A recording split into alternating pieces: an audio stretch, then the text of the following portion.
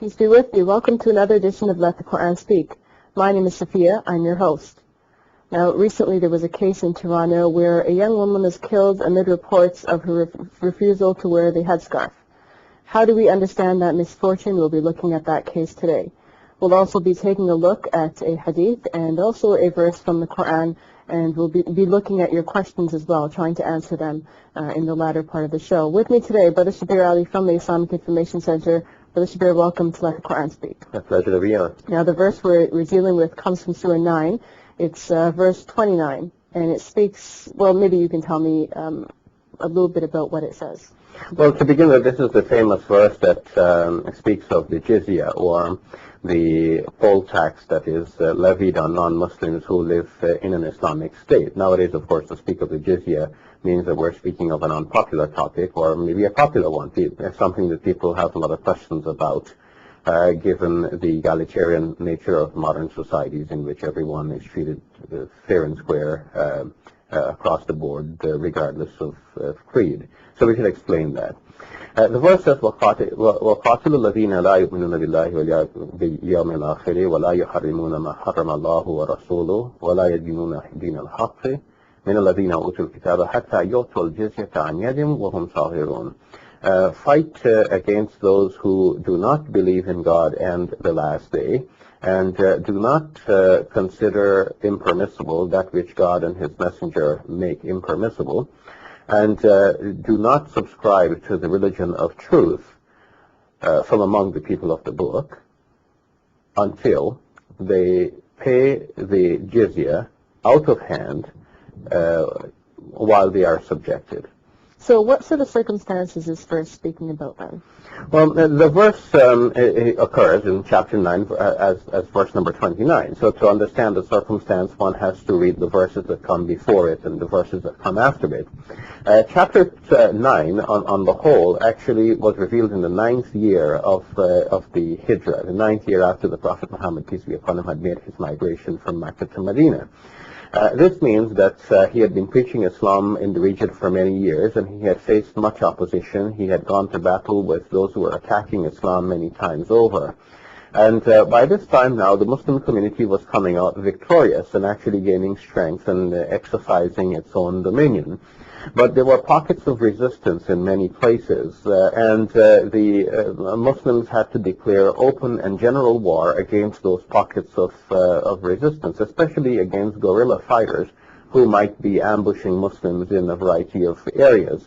So when that was openly declared in this surah, in this chapter, now the people of the book, Jews and Christians more particularly, but people who had access to religious scriptures more generally, were treated differently in that they were given a special privilege in that they could remain as minorities in the Muslim community as a protected minority.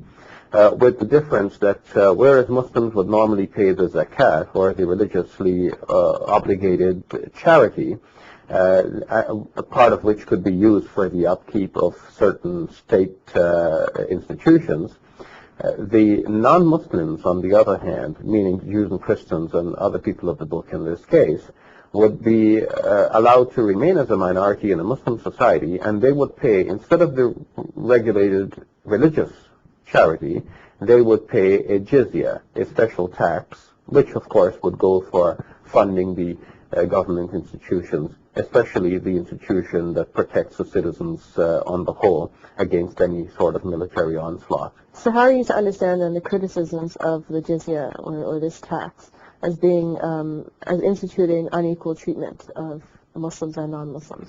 Well, there are two, I think, basic criticisms. One is that in our modern egalitarian societies, it is unthinkable to treat any one group of people differently. If you have a tax, it's the same tax for everybody across the board, because we do not have now in our societies a religious sort of obligation. As a tax, people pay taxes religiously, but not as a religious obligation. Yeah. So it's to be the same for all. But in an Islamic society, in our defense, we would say, because this zakat was a part of the faith, one of the pillars of Islam, you could not expect that non-Muslims would also pay the zakat, and it would be unconscionable for you to impose on them for them to participate in one of the 5 pillars of Islam by paying the zakat. So they contributed the fair share to the government resources for the protection that they enjoyed from the publicly funded military apparatus by paying a tax, and that tax was called the Jizya. The second objection actually comes from the fact that over time the Jizya might have been used to emphasize the fact that these were subjected people. And the Jizya at times may have been greater than what a Muslim might have paid in zakat. It has varied, and various rulers applied this differently. Some would have applied the Jizya and made it less than the usual zakat, but that wouldn't count.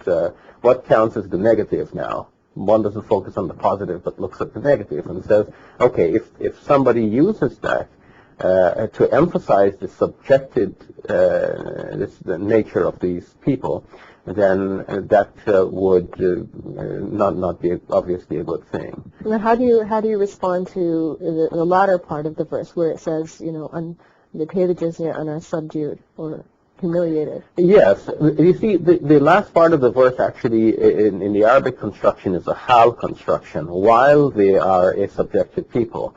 That just simply describes the nature of the case, because you're at war with the population in general, and you're struggling for your own survival. I'm not speaking of now, I'm speaking about the situation as it was in the time of the Prophet Muhammad, peace be upon him. So coming out of this war situation, when the Muslims are finally able to have a state of their own and to actually survive, they have to decide now, what do we do with the people who are battling us from all directions?